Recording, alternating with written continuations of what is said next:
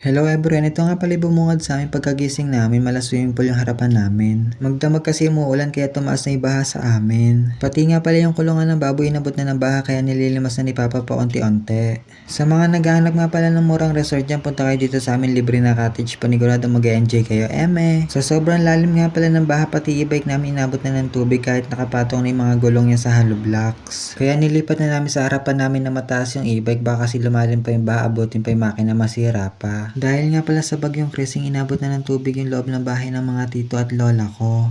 Kaya sa mga binoto namin konsehal at mayor dyan, ngayon namin kayo kailangan. Baka naman may payuda kayo kahit mainit na pandesal at sopas lang, okay na, eme. Tinulungan ko nga rin pala yung tito ko magsalba ng mga tanim yung talong, inabot din kasi ng baha. Sayang naman kung mamamatay, ulam rin to pag namunga na, eme. Ngayon na nga lang pala ulit kami nakaranas ng ganitong kalalim na pagbaha dito sa amin. Ang hirap pa naman pag bumabaha dito sa lugar namin. Hindi mo alam kung saan mo dadalhin yung mga gamit mo kapag tumaas pa yung tubig baha.